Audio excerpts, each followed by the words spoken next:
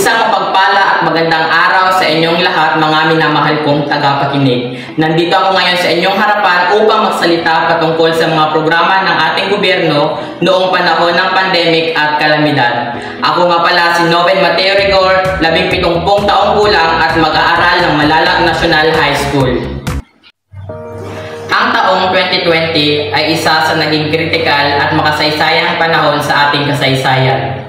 Ito ay taon kung kailan tayo ay hinarap na walang katulad na pagsubok dahil sa COVID-19 pandemic. Ito rin ay taon ng sunod-sunod na mga kalamidad, lalo na mga bagyo at lindol na nagdulot ng matinding pag-agam-agam sa ating kaligtasan at kabuhayan. Ngunit sa kabila ng mga pagsubok na ito, hindi tayo iniwan ng ating gobyerno. Naging katuwang natin ang mga pamahalaan sa pagsugpo ng pandemya at sa mga pagtugon ng pangangailangan ng mga naapektuhan ng kalamidad.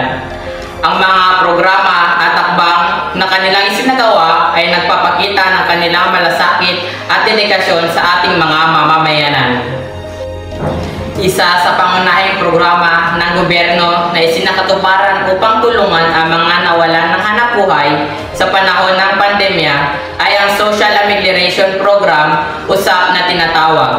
Sa pamamagitan ng SAP, marami sa ating mga kababayan ang nakatanggap ng tulong na nagkaroon ng malaking epekto sa kanilang kalagayan.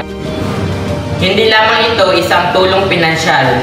Ito ay isang patunay na ang pagkakaugnay at pagtutulungan ng bawat isa sa atin. Ang gobyerno ay naglaan ng mga pondo upang matiyak na mayroong maihain na tulong sa mga pamilya na higit sa lahat ang pangangailangan. Sa mga oras ng kalamidad tulad ng mga bagyong Rolly at Ulysses, tayo ay naging saksi sa mabilis na pagtugon ng ating pamahalaan. Naglaan sila ng mga pondo at resources upang maibsan ang hirap ng mga apektado.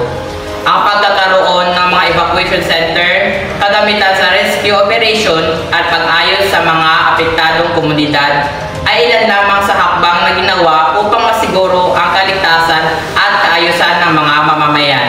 Hindi rin tayo iniwan ng ating gobyerno pagkatapos ng mga kalamidad. Ang mga pagpapabuti ng mga programa para sa rehabilitation at recovery ay isa sa mga pangunahing prioridad ng ating mga gobyerno. Ito ay upang matulungan ang mga apektadong komunidad na makabangon at magkaroon ng mas magandang kinabukasan. Sa mga pagkakataong ito, nararamdaman natin ang kahalagahan ng pagtutulungan. Hindi lamang ang ating pamahalaan ang may responsibilidad sa pagtugon sa panahon ng krisis. Tayo rin bilang mga mamayanan ay may mahalagang papel na ginagampanan. Mahalaga ang pagtutulungan natin upang masiguro na walang maiiwan sa likod at bawat isa ay makakabangon mula sa pagsubok na ito. Napakahalaga rin na tayo ay maging responsable sa ating mga ginagawa at ugali. Ang disiplina sa pagsunod sa mga health protocols tulad ng pagsuot ng face mask, social distancing, at regular na paghugas ng kamay ay isang simpleng bagay na maaaring makatulong sa pagkontrol ng pandemya. Ito ay isang paraan ng ating pakikisa sa mga programang inilulungsad ng ating mga pamahalaan.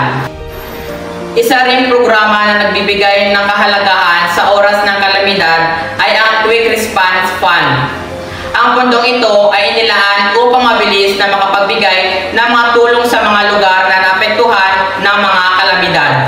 Ito'y naglalayang mapanatili ang kaligtasan at kahalagahan ng ating mga kababayan sa oras ng pangangailangan.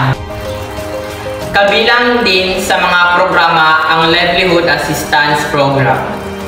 Isang hakbang ng gobyerno para mabigyan ng alternatibong pagkakakitaan ang mga pamilyang naapektuhan ng kalamidad at pandemya.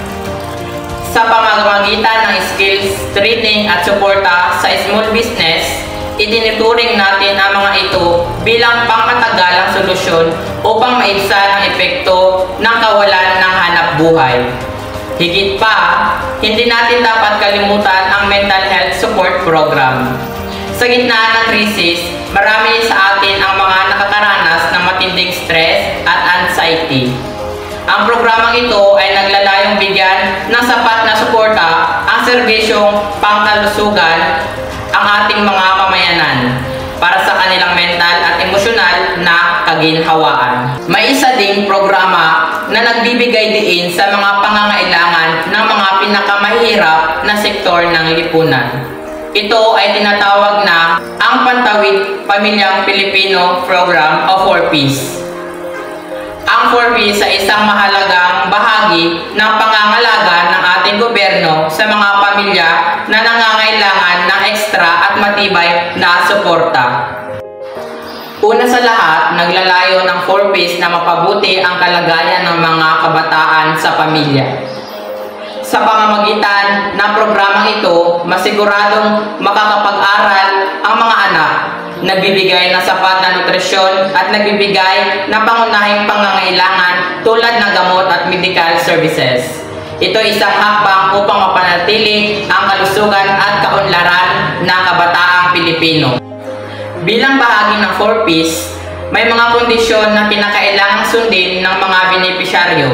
Kabilang dito ang pagsusuri ng kalagayan ng pamilya, regular na pag-attend sa health at nutrition session, at masursing pagtatrabaho sa programa upang masiguro ang tamang paggamit ng binibigay na tulong.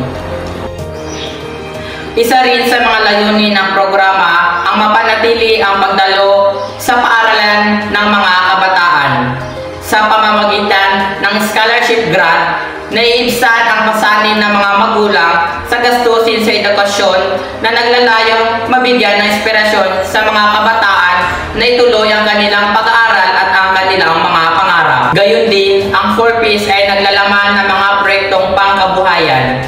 Sa pamamagitan ng livelihood programs, tinutulungan ng programa ang mga pamilyang makahanap ng maayos na kabuhayan.